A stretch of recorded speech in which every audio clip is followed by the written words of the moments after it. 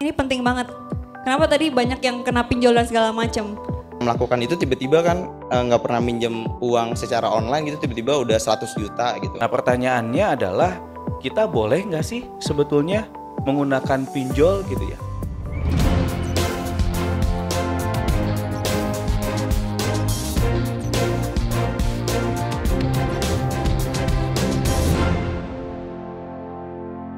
Assalamualaikum warahmatullahi wabarakatuh. Salam sejahtera untuk kita semua. Bina Pertiwi. Perkenalkan, saya Andro yang pada kesempatan kali ini akan menemani Great People selama 2 jam ke depan di program Pujasera, sapaan unik dan belajar seru bersama. Dengan financial series yang berjudul Waspada Jebakan Pinjol dan Jackpot Judol. Pada saat ini telah marak nih startup financial teknologi berupa pinjol. Dan sering juga kita temuin nih ketika kita mau nonton video kan, kita melihat bahwa terdapat video iklan-iklan yang membuat banyak masyarakat tuh tergiur akan hal tersebut. Di zaman sekarang sendiri itu maraknya terjerumus ke judi online, di mana mereka menyisihkan uangnya bukan untuk ditabung melainkan untuk digunakan untuk judi. Ternyata banyak banget nih masalah yang ada mengenai pinjol dan judol pada saat ini. Kalian pasti bertanya-tanya kan mengenai hal ini. Sebelum kita memulai acara ini, mari kita dengarkan opening speech oleh Bapak Budi Suryadi selaku Departemen Head Human Capital. Untuk Pak Budi, waktu dan tempat dipersilakan, Pak. Assalamualaikum warahmatullahi wabarakatuh. Bina Pertiwi, we are great. Oke, aplaus dulu untuk kita semua, biar semangat. Tema Pujasera kali ini luar biasa penting ya, luar biasa menarik ya. Jadi di event Pujasera ini tuh kita bukan hanya bicara tentang bagaimana kompetensi yang dibutuhkan untuk bekerja, tapi juga di Pujasera juga beberapa materi kita deliver ke semua karyawan, ada terkait dengan kesehatan ya. Nah, kesehatan juga bukan hanya kesehatan fisik kayak begitu ya, ada kesehatan mental juga kita biasanya ada sharing, dan yang gak kalah penting adalah kesehatan finansial ya, finansial ya.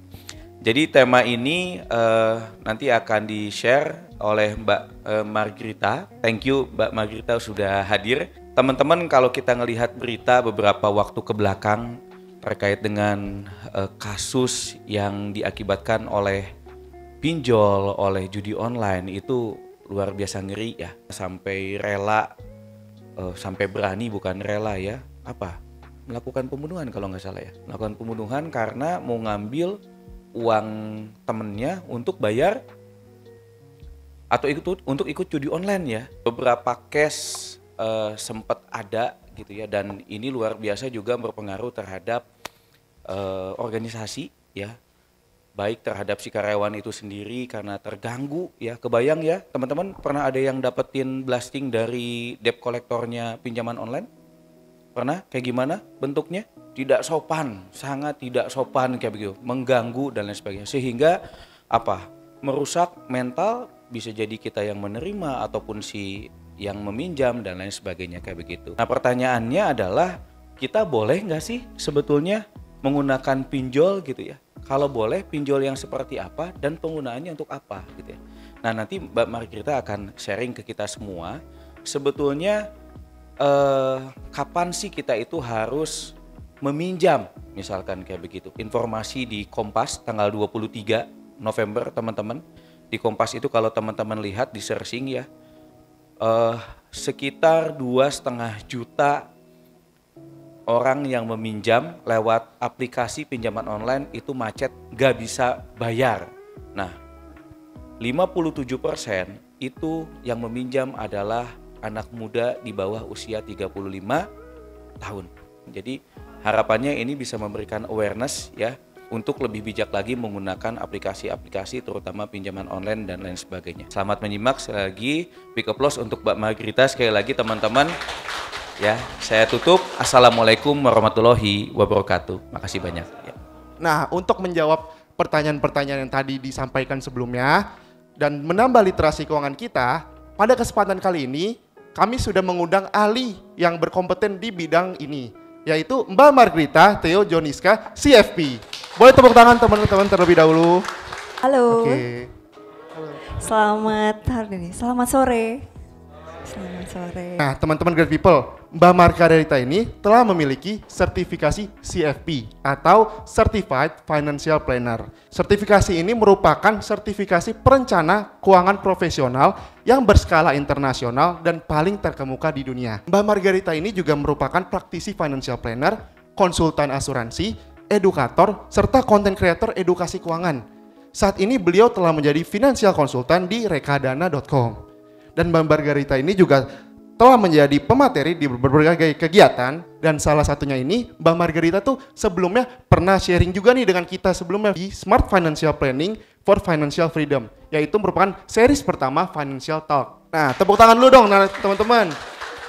Nah, sebelumnya itu kan kita tahu nih banyak tuh isu-isu pinjol yang dengan mudah bermodalkan KTP saja itu udah bisa banyak yang daftar gitu. Dan mereka nggak tahu nih bahayanya pinjol dan juga bunga yang tinggi itu akibat kemudahan daftar itu gimana sih? Nah, kira-kira tuh motif apa aja sih Mbak yang menjadi alasan seseorang untuk melakukan pinjol dan judol, dan apa saja sih jenis-jenis utang yang termasuk pinjol dan bagaimana solusi bagi mereka yang terjebak pinjol maupun judol? Pertanyaannya banyak banget nih Andro ya, Iya. teman-teman ya. Oke, sebelumnya saya mau mengucapkan terima kasih. Ini kesempatan kedua saya sharing tentang financial di PT Bina Pertiwi. Ini beberapa proyek yang saya diminta sharing tentang literasi keuangan di beberapa perusahaan juga universitas secara offline dan juga online, di komunitas perencana keuangan, aplikasi keuangan juga yang pernah saya dihadirkan sebagai pematerinya. Kita ngomongin utang. Utang. Apa sih utang itu?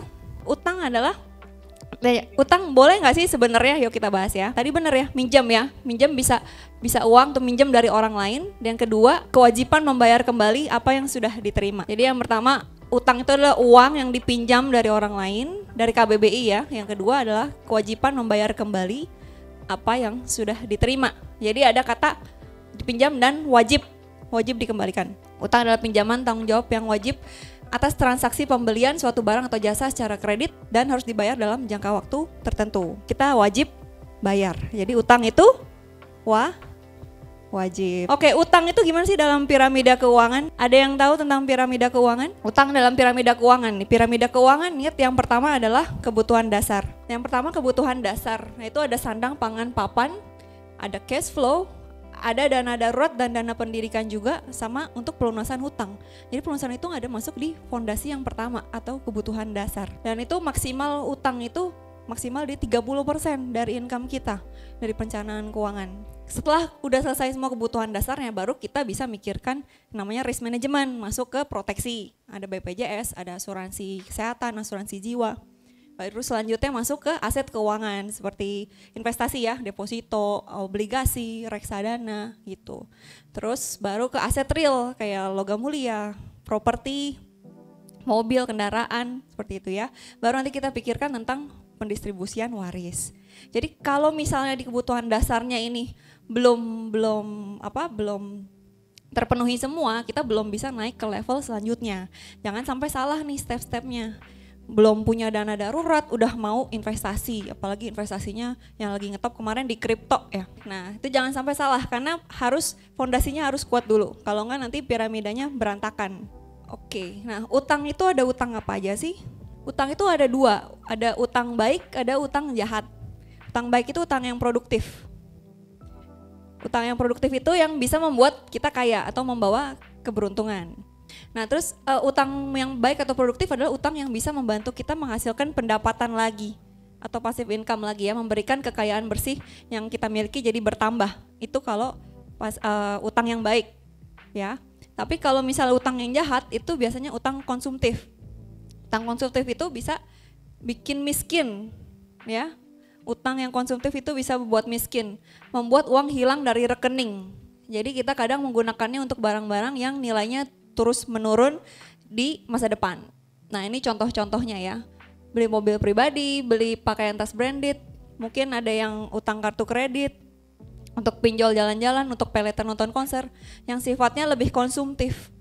Dan nggak ada penambahan atau penghasilan tambahan dari utang yang kita itu ini. Tapi kalau misalnya kayak Mas Tri tadi, untuk motor, untuk operasional, berarti kan beda ya. Karena dia untuk kerja ya, Mas Tri ya. Berarti itu masuknya ke utang yang baik, produktif, karena dipakai tujuannya untuk menghasilkan uang ya Pak ya. Ya, seperti itu ya. Nah, yang suka bikin bahaya, yang kalau tidak direncanakan itu adalah utang konsumtif. Utang konsumtif itu ada di perencanaan keuangan maksimal 15% dari income. Contohnya apa? Mungkin sekarang banyak ya kalau misalnya utang tuh dari kartu kredit. Kalau dulu kan mungkin minjem uang mesti ke bank, ribet lah ya caranya kan ya, persyaratannya. Nah sekarang udah gampang nih, ada yang namanya kartu kredit. Nah ini kartu kredit itu tidak memotong saldo, jadi sifatnya kayak kartu utang ya teman-teman ya. Nah terus yang pakai kartu kredit ini ada 34,37 triliun transaksi per Maret 2023. Jadi cukup banyak ya, 34 triliun. Dan yang menggunakan kartu kredit 17,82 orang. Terus ada 24 bank penerbit kartu kredit. Kelebihannya ya kita beli sekarang bayarnya masih nanti, bayarnya belakangan ya. Jadi lebih nyaman, lebih tidak repot. Terus tagihannya juga setiap bulan kita di-emailin, jadi kita tahu apa aja yang kita belanjain setiap bulan ya. Kan kadang kalau kita pakai cash kan nggak tahu ya, pakai buat apa ya tiba-tiba habis gitu ya. Nah kalau kartu kredit tuh jadi, ke bulan kemarin kita pakai apa, pakai belanja buat ini, belanja buat itu, tahu semua gitu. Terus buat dana darurat berguna pada saat darurat ya, bukan darurat kalau misalnya lagi ada uang, ada kebutuhan yang mendesak bisa dipakai. Terus ada cicilan, terus ada promonya, bisa cicilan menawarkan 0% sampai 12 bulan, 24 bulan. Dan juga ada potongan dan promo kayak tadi ya.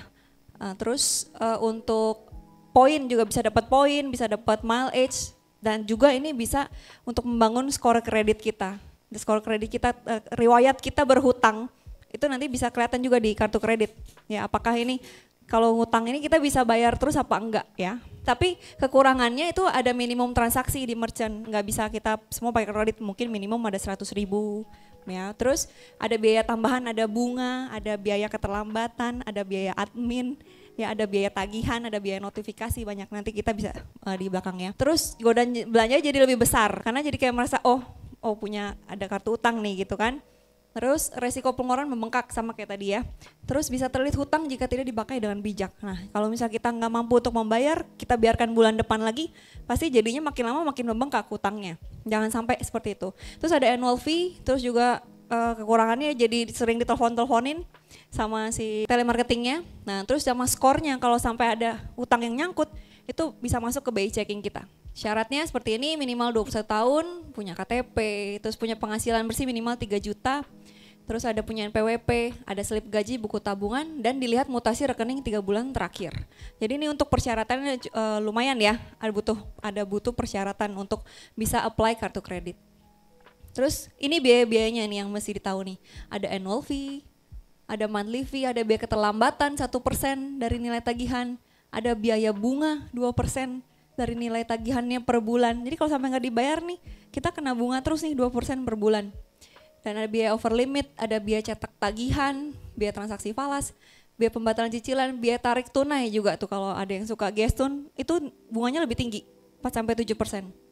Dan ada biaya notifikasi juga 5-10.000 per bulan. Ini biaya-biaya yang dibebankan kepada kita ya sebagai pemilik kartu kredit.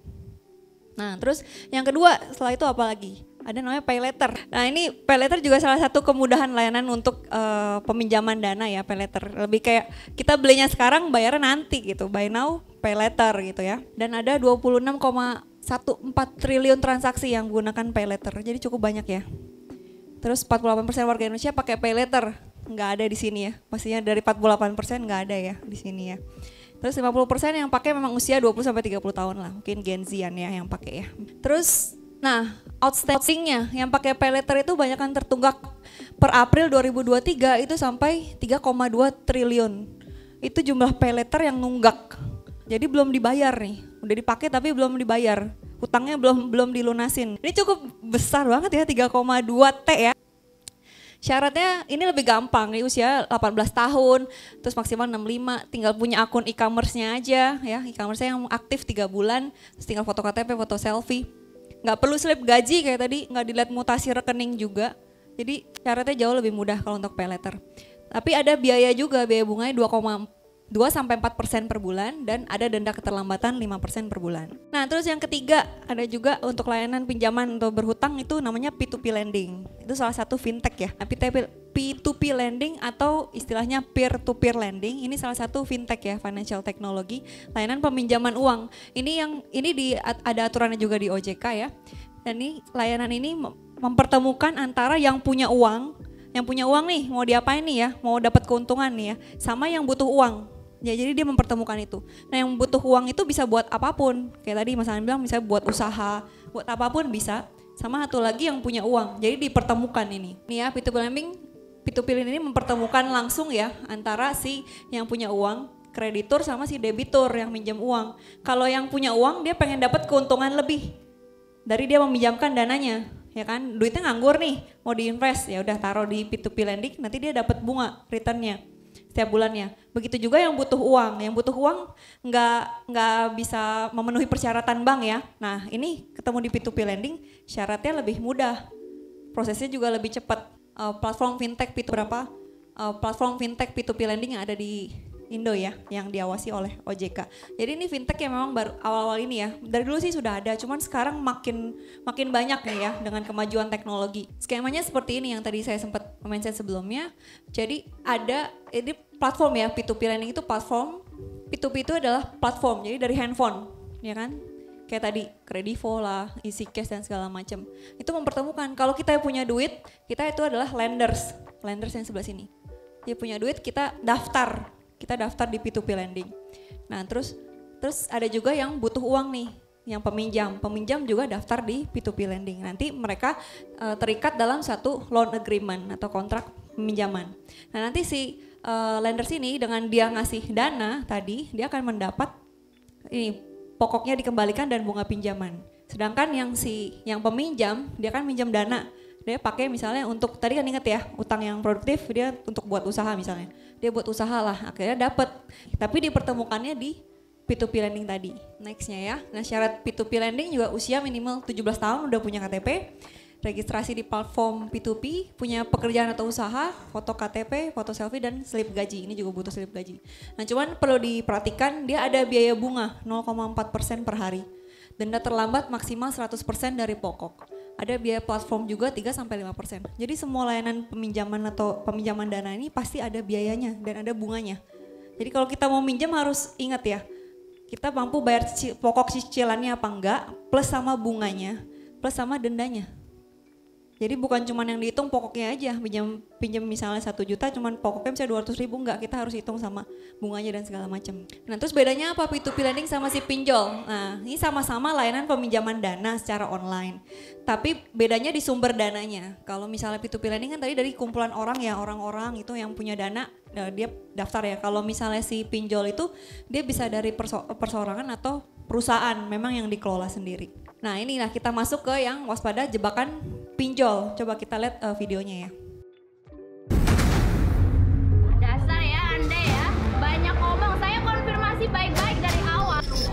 Gak mampu, udah gak mampu tengil.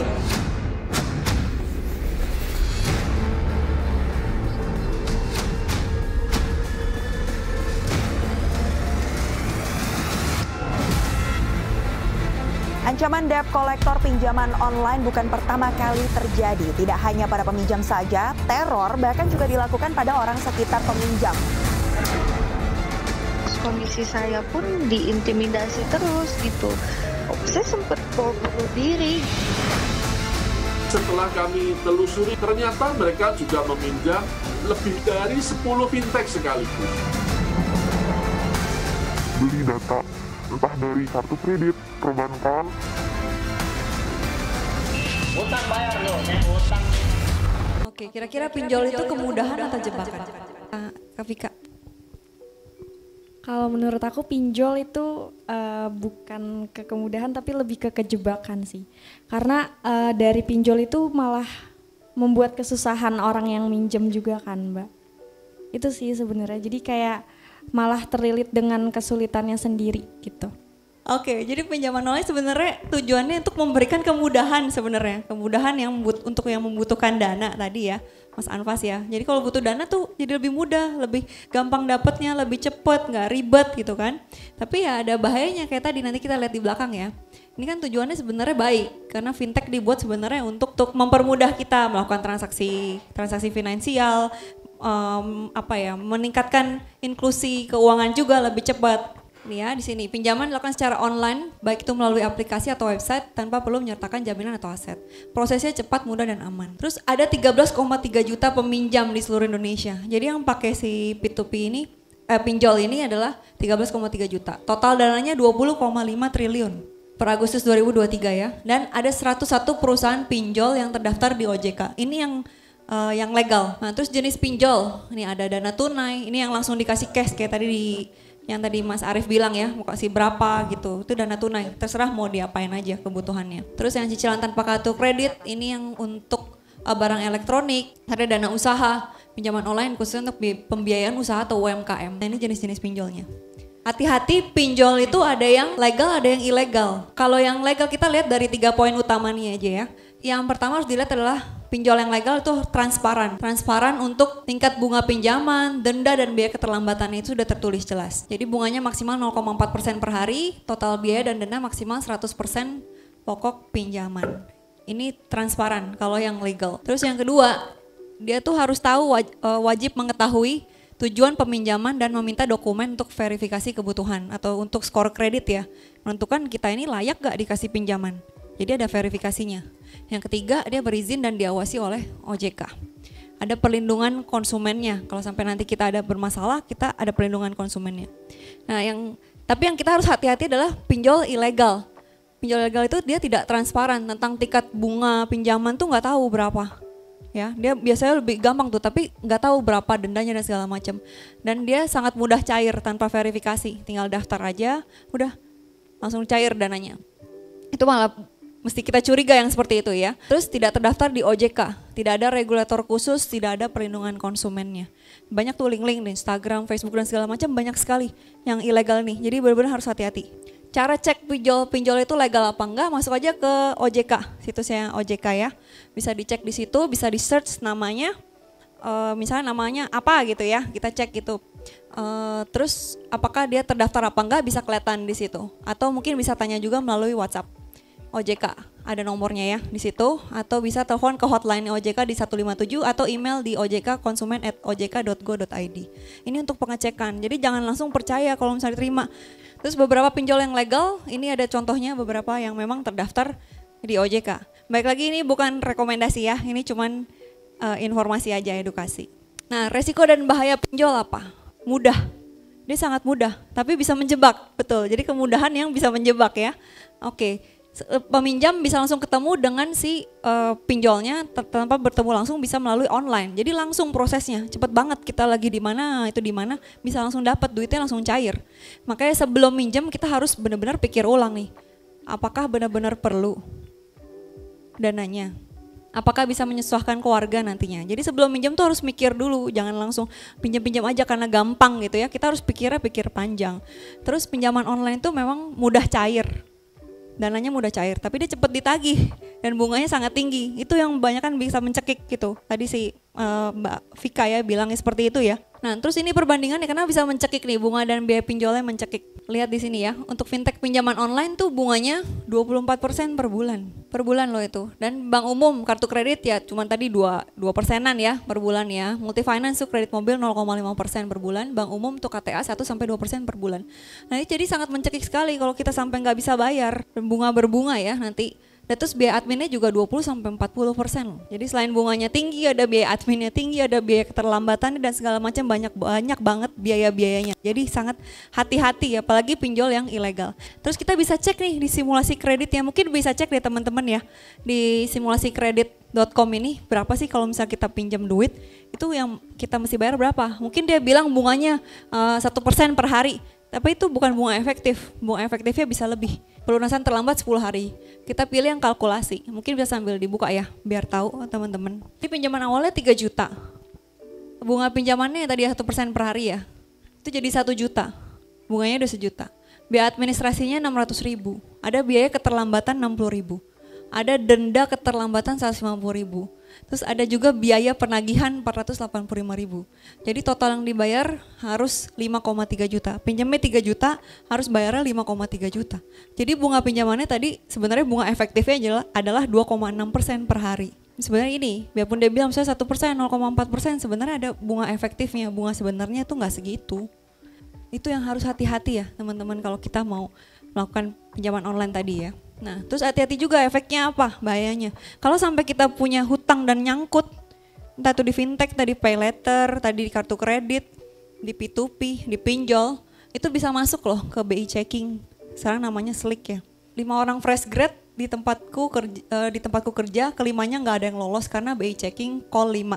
Terus ini juga di masa menjamurnya pinjol dan game judi slot, kayak ini jadi penting buat HRD ngecekin kredit scoring calon pegawai. Saya pernah dengar ada karyawan ngilang bawa kabur laptop kantor karena dia lagi BU karena banyak utang.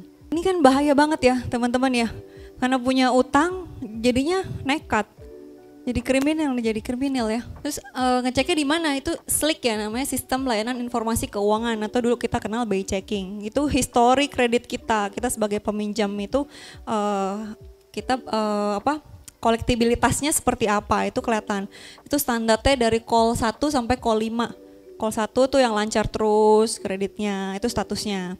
Ya makin lama sampai statusnya call 5 itu kreditnya tidak lancar atau tertunggak. Kalau call 5 ya pasti udah macet ya. Jadi tidak bisa dipercaya lah, tidak bisa memanage uangnya dengan baik, tidak bisa membayar kewajiban utangnya. Kita bisa ngecek kok, caranya gimana? Bisa ngecek offline, bisa ngecek online. Jadi kalau misalnya offline bisa nih langsung ke kantor OJK, kita ngecek ya, kita bilang kita mau ngecek Slick kita, bawa dokumen pendukung, ada KTP atau untuk WNA pakai paspor, nanti hasilnya dikirim melalui email. Atau bisa juga online nih di sini, idepku.ojk.go.id. Nanti tinggal masuk aja, masukin untuk jenis debiturnya adalah perorangan, nah terus WNI, ntar tinggal masukin aja sesuai yang diminta ya registrasi, terus kita klik di sini registrasi iya. Nanti akan dikirimkan lewat email juga, tapi dia ada jamnya ya, jam-jamnya. Terus kenapa orang bisa terjebak pinjol? Mungkin biasanya yang kayak gitu yang lifestyle-nya tinggi ya Mbak, jadi mungkin hedon atau konsumtif, atau mungkin dia berada di lingkungan orang-orang yang kelihatan hebring, jadi dia juga mau ikutan setara dengan orang tersebut tapi memaksakan dan gak sesuai dengan background finansialnya dia gitu. Tadi Kak Vika juga bilang ya, gaya hidup betul.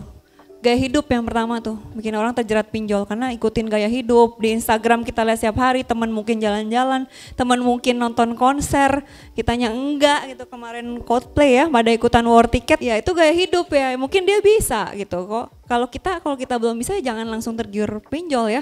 Nah terus perilaku konsumtif dan hedonisme sama ya, jadi mungkin dulunya bisa mampu kan, tapi begitu keadaan terbalik nggak mampu tapi dia tetap masih menyamakan gaya hidupnya. Nah jadi itu kan pasti berbalik lurus sama si pengeluarannya juga ya. Terus prinsip FOMO nih, fear of missing out, YOLO, you only live once kayak gitu. Ya mumpung nih Coldplay lagi datang ke Indo, kapan lagi ya kan? Itu jadi orang terjebak pinjol. Terus menutupi utang sebelumnya, mungkin udah punya utang sebelumnya. Jadi gimana cara dapetnya buat nutupin ya? Ngutang lagi di pinjol yang lain sampai banyak sekali pinjolnya, platformnya ya. Terus kebutuhan mendesak tadi, yang terdesak kebutuhan ya. Terus tekanan ekonomi, terus kurangnya literasi tentang pinjol, nggak tahu bunganya berapa. Oh ini dapat duit dikirain baik banget nih orang ngasih pinjam ya kan. Ternyata ada udang di balik bakwan ya, ada bunganya di belakang ya yang kita nggak tahu, nggak kelihatan gitu ya. Nah kurang literasi tentang mengelola keuangan, jadi setiap hari day to day per bulannya duitnya habis terus, nggak ada yang disisain buat investasi, boro-boro, buat tabungan aja nggak ada, buat dana darurat juga nggak ada, itu literasinya belum ada. Nah terus akses dan proses pinjolnya tuh sangat mudah tadi, gampang banget, setiap kali lihat sosial media segala macam muncul dan segala macam, jadi kita terpapar ya, gampang banget ngeliatnya. Nah terus yang ini, yang kemarin Coldplay itu permintaan pinjol juga meledak loh, ini bener karena gaya hidup. Ya sebenarnya ini kebutuhan apa keinginan? Keinginan ya kan, bukan untuk kebutuhan. Kalau nggak nonton nggak apa-apa kan sebenarnya, tapi ini kenyataannya loh. Gara-gara mau nonton konser Coldplay itu permintaan pinjol meledak loh. Jadi mau beli konser aja mesti minjam, berarti kan duitnya belum punya, tapi maksa gitu kan. Nah, terus resikonya apa nih? Ya resikonya bisa gagal bayar. Kalau misalnya kita belum mampu mengelola keuangan, kita nggak bisa bayar. Kalau misalnya kita nggak bisa bayar, hati-hati. Yang pertama denda sama bunganya, bunga berbunga, jadi tinggi sekali. Itu bisa tumbuh dengan cepat, membuat semakin sulit dibayar ya kan. Utangnya cuma berapa juta, kok jadinya jadi puluhan juta, jadi ratusan juta, karena itu bunga berbunganya ya. Terus bisa dialihkan ke mode penagihan. Jadi nanti siap-siap nih setelah 90 hari kita nggak bisa bayar, itu kita bisa utang kita itu bisa dialihkan ke pihak ketiga. Jadi pihak ketiga mungkin bisa pakai yang banyak sekarang dibilangnya premanisme ya. Jadi mungkin dikejar, diteror dan segala macam gitu karena kita udah nggak bisa bayar. Yang ketiga, kita bisa dilaporkan ke polisi atas dasar penipuan dan penggelapan. Kalau kita nggak bayar, tadi kan utang kan wajib dibayar. Kalau kita nggak bayar, nah kita bisa dilaporkan ke polisi atas dasar tuduhan penggelapan. Nih kasus-kasus pinjol. Pinjol 40 juta melilit melati guru TK di Malang. Motif pembunuhan mahasiswa UI, main kripto terlilit pinjol. Deretan kasus pinjol, dibayar nggak lunas-lunas korban bunuh diri. Pinjol buat trading kripto sampai ada nyawa melayang. Ini beberapa kasus pinjol nih kalau misalnya kita nggak bisa memanage ya, membayar tagihannya. Nah terus apalagi yang lagi in sekarang itu adalah judol atau judi online. Ada yang pernah dengar tentang judol? Saya salah satu pelaku judol juga, jujur aja. Ya. Awalnya itu kan ngelihat teman-teman, kayaknya cerita lah, dia cerita, dapatnya lumayan juga nih. Saya coba gitu kan. Apa yang diceritain Mas? Ada menangnya lah pastilah, nggak mungkin cerita kalahnya, pasti cerita menangnya. Okay. Nah saya coba 50.000 waktu itu, iseng aja, untungnya sih kalah. Jadi nggak semua sistem itu bikin kita enak dulu, nggak juga gitu. Ternyata memang waktu saya coba untungnya kalah. Dari situ ya udah saya nggak terusin lagi. Ternyata nyoba-nyoba karena iseng ya. Kita cek dulu videonya. Permainan apa saja sih? Begitu ada unsur judi, lo kena lo. Kenapa nama-nama besar ini tidak ditangkap, sementara yang selebgram kampung pada ditangkap?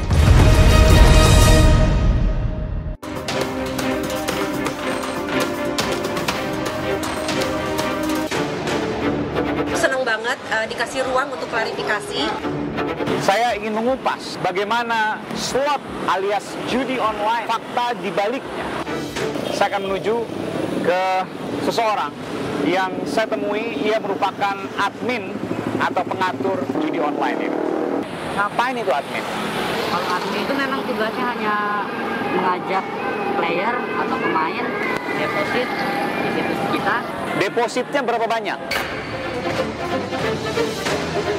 Uang gaji sampai habis, saya pernah dikirim foto, sedang hamil. Situs di luar kan bisa ditutup juga dari Indonesia, bisa diblok. Di blok 1, mereka akan bikin 3. Kong kali kong dengan aparat dan lain sebagainya, kok nggak ketahuan? Sebelum aparat datang, kita sudah dapat info. Menang kalah itu bisa diatur? Bisa diatur.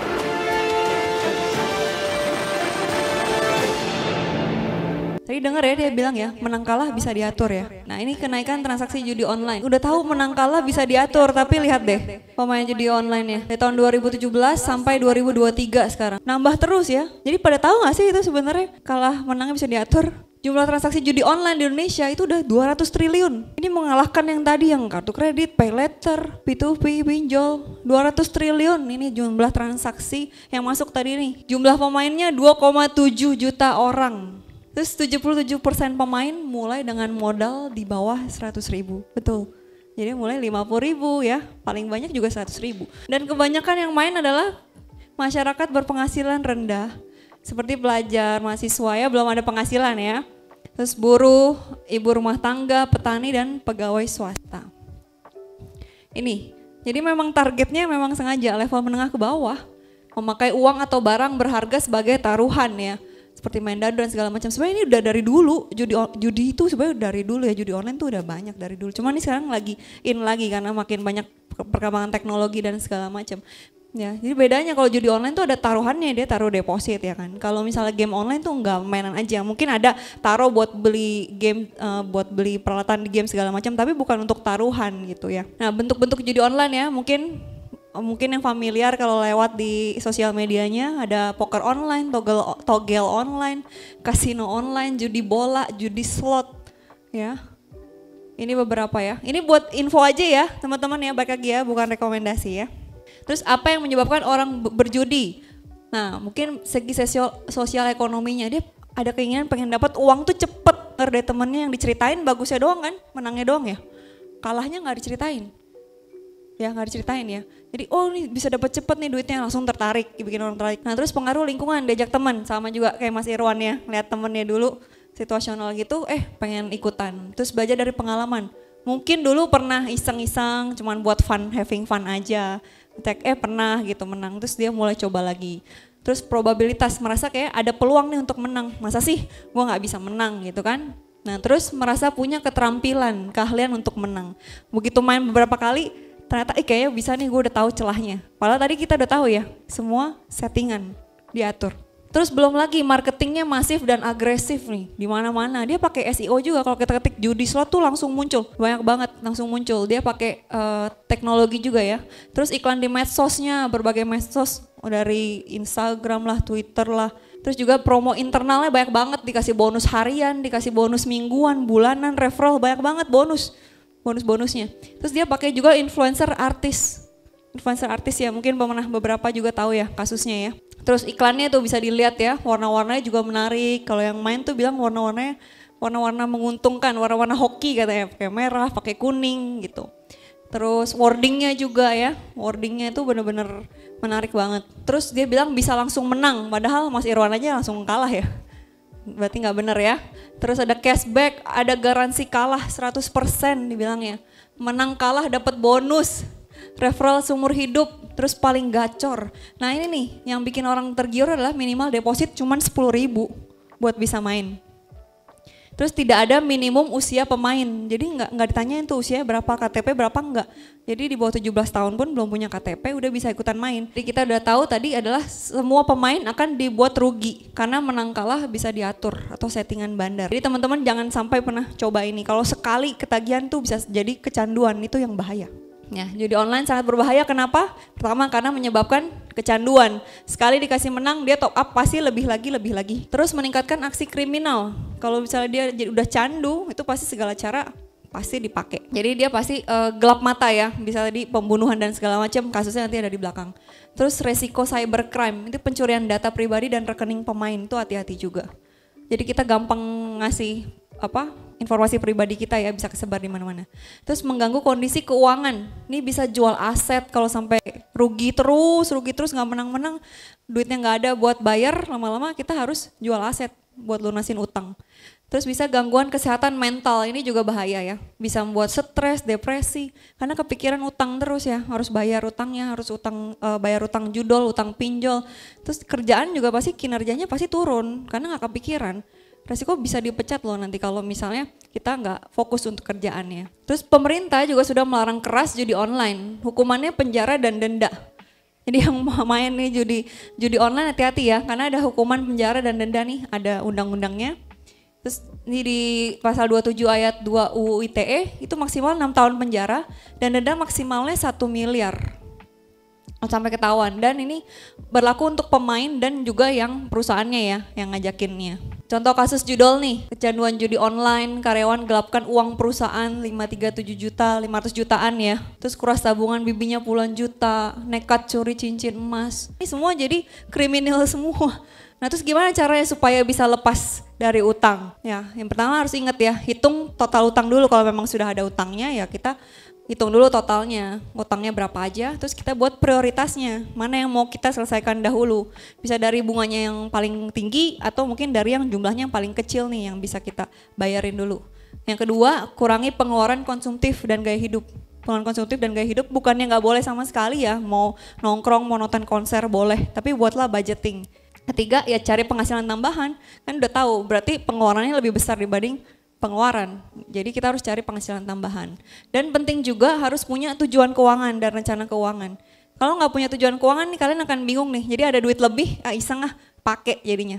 Buat yang tadi, buat judi online dan segala macam. Jadi kalau misalnya mau bikin tujuan keuangan tuh harus ada tujuan keuangannya. Terus jangka waktunya juga harus jelas, berapa tahun lagi. 5 tahun lagi, 10 tahun lagi, 20 tahun lagi. Terus manajemen resikonya harus siapin proteksinya. Sama juga instrumen investasinya yang tepat apa.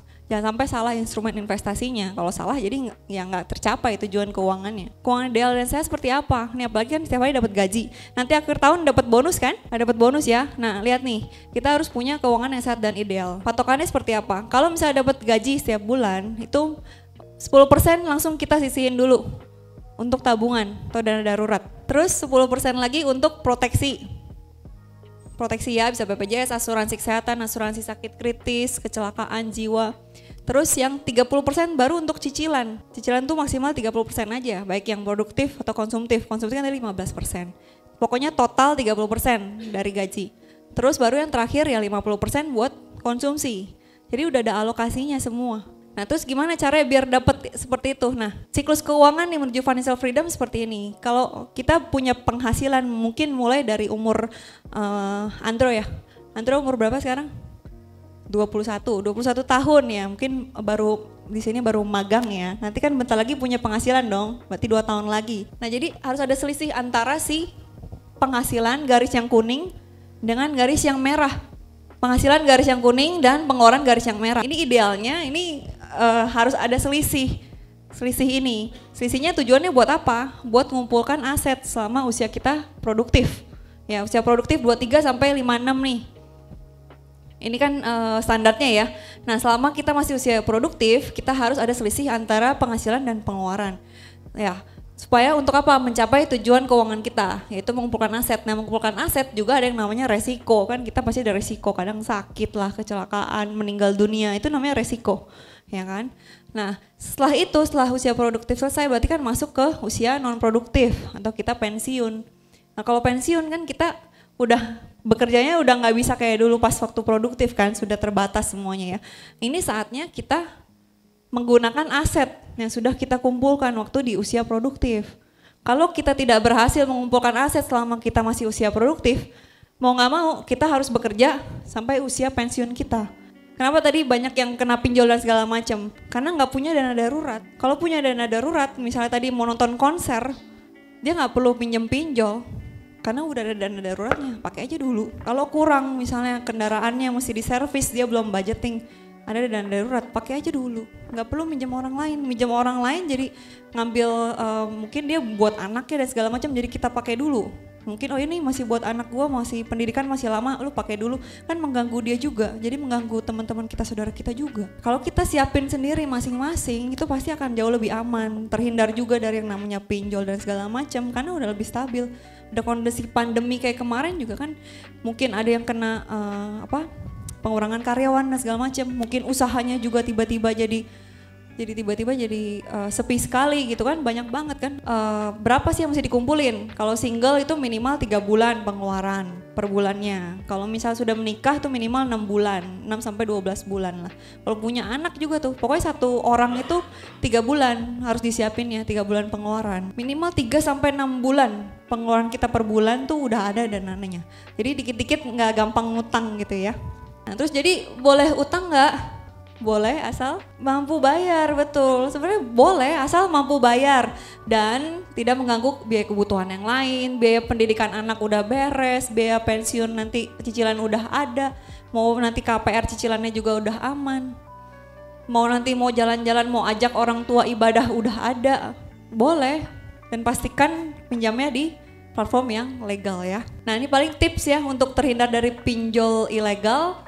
Itu hindari iklan yang mencolok, karena banyak kan iklan mencolok tuh lewat-lewat terus ya. Jangan gampang tergoda lah, biasanya kan kadang buka website muncul pop-up tuh. Terus cek perusahaan pinjol di situs resmi OJK, pastikan legalitas dan rekam jejak digitalnya bersih ya. Terus hindari pinjaman dengan nominal terlalu besar. Mesti hitung bisa bayar apa enggak. Terus teliti syarat dan ketentuan yang berlaku, bunganya, dendanya, berapa lama dan segala macam. Terus download dari kayak di App Store apa di Google Play Store ya jangan dari yang lain-lain gitu. Terus waspada penyalahgunaan data pribadi. Hindari persyaratan pinjol yang meminta izin untuk mengakses kontak di smartphone. Nah itu banyak tuh kasusnya. Kalau sampai nggak bisa bayar, biasanya kita ditagihnya ke teman-teman sekitar kita tuh, pasti ditagihin. Tujuannya supaya membuat kita malu ya secara psikologis ya. Jadi mau nggak mau kita bayar kan. Oke, gitu aja sih paling. Agar silaturahmi tidak terputus, nanti tolong IG-nya di follow terus ya teman-teman ya. Oke. Terima kasih ya Mbak Margita atas materinya yang insightful dan impactful banget. Setelah ini kita akan adakan sesi Q&A. Kalau dari aku Mbak, aku mau nanya sih, kan tadi kita membahas tentang sudut pandang dari orang yang meminjam gitu. Nah aku pengen bertanya tentang dari point of view yang ketiga gitu, dari orang yang memiliki teman yang meminjam gitu. Misalkan ketika kita meminjam online itu kan ada kontak ya yang harus diisi ya. Itu kayak saudara atau teman. Nah, case-nya di sini adalah teman saya itu jadi teman saya punya teman nih. temennya minjem. Nah, memakai kontak teman saya sebagai saudara gitu. Jadi sebagai saudara dan dia nggak mampu bayar, dan pada akhirnya yang dihubungi terus nih si teman saya ini yang cerita ke saya gitu. Intinya karena yang meminjam ini hilang, jadi kayak diancam untuk pokoknya harus kasih tahu keberadaannya gimana, atau kehidupannya bisa kita ganggu seperti itu, Mbak. Apa sih tindakan harus kita lakukan jika kita ada di situasi tersebut gitu? Apakah ada pengaduan dan lain sebagainya? Saya mau bertanya lagi, kan saya waktu itu ada proyekan dari kampus untuk membuat sebuah akun bank gitu, namanya UOB gitu. Nah, di situ tuh ini saya baru kepikiran nih. Terus jadi saya tuh disuruh minta foto KTP gitu buat ngebuka akunnya. Jadi kalau saya ngebuka akun, saya organisasi saya itu dapat profit gitu dari ngebuka akun tersebut gitu. Nah, saya ingat jadi ketika saya mau ngebuka akun itu saya harus video call dan sama itunya, terus disuruh disuruh giniin KTP gitu. Nah, apakah itu bisa jadi kesempatan untuk KTP pribadi saya disalahgunakan? Saya takutnya ketika saya melakukan itu tiba-tiba kan nggak pernah minjem uang secara online gitu, tiba-tiba udah 100 juta gitu, dan bisa saya terdaftar di BI checking gitu. Paling pertanyaan saya itu aja sih. Terima kasih. Terima kasih Mas Aan pertanyaannya. Yang pertama tadi ya, apa yang harus dilakukan ya? Harus dilakukan lapor dulu ke itu platformnya legal kan? Minjemnya temennya tadi. Belum tahu ya. Kalau misalnya legal kan dia ada OJK, kan ada layanan konsumen. Kita bisa email dulu, tanya ke dia kok kasusnya seperti ini gitu. Atau telepon tadi di hotline-nya juga ada. Aduin aja kenapa kayak gitu. Karena kan bukan temen yang minjem kan, karena dia dijadiin ini aja ya, kontak personal. Karena si yang peminjamnya nggak bisa dihubungin. Jadi si platformnya itu jadinya nerornya pasti temennya Mas Aan gitu kan. Itu jadi kita aduin dulu aja. Sampai enggak ya bisa lapor ke polisi juga bisa sih. Karena kan kita kan nggak ada hubungan apa-apa kan. Dan bukan kita yang minjam gitu. Kita bilang kita merasa terganggu gitu. Itu bisa masukin aja ke layanan konsumen ya kalau untuk temennya.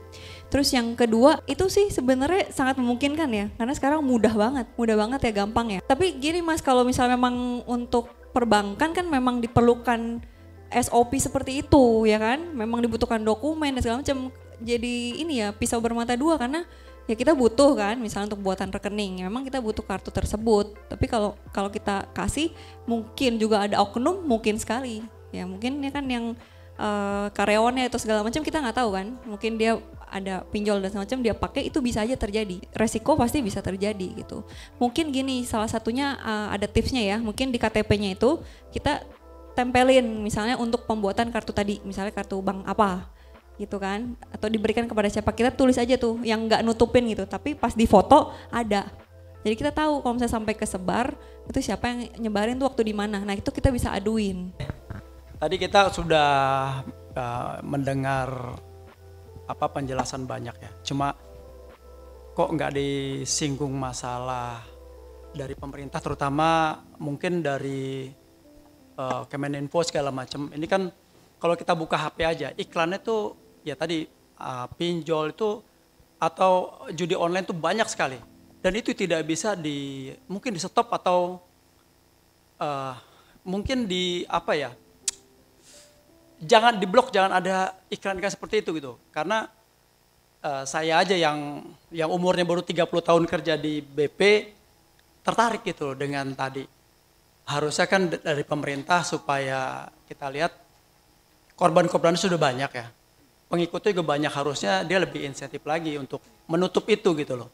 Dari pemerintahnya apa sih yang harus dilakukan untuk mengurangi atau menutup mungkin kasus-kasus judi online, karena udah banyak meresahkan dan merugikan masyarakat. Itu aja, makasih. Dari pemerintah sih pasti sudah ada ya Pak ya usahanya ya. Cuma memang yang saya lihat ini karena terlalu masif dan ini kebanyakan dari luar. Kalau untuk yang judi online ya, dari luar websitenya. Kayak tadi dibilang mati 1 tumbuh 3 gitu ya, jadi susah sekali. Sama ini Pak, banyakan tuh udah ada ordal. Kalau menurut saya kenapa susahnya ya, jadi setiap kali aparat mau grebek atau apa gitu, mereka udah tahu duluan, jadi udah punya jalannya, celahnya keluar, gak ketahuan, hilang gitu Pak. Jadi karena udah ada seperti itunya, jadi jadi lebih sulit gitu ya untuk si kepolisian itu. Tapi memang sudah digalakkan dan udah darurat nasional kan. Jadi sudah digerakkan ke semua karena udah statusnya darurat nasional. Nah, saat sayang sekali sekarang ini kita ada di penghujung acara. Namun kita juga tidak akan melupakan, kita akan ada foto terlebih dahulu bersama dengan Mbak Margrita gitu. Boleh teman-teman dipersilakan berdiri ya.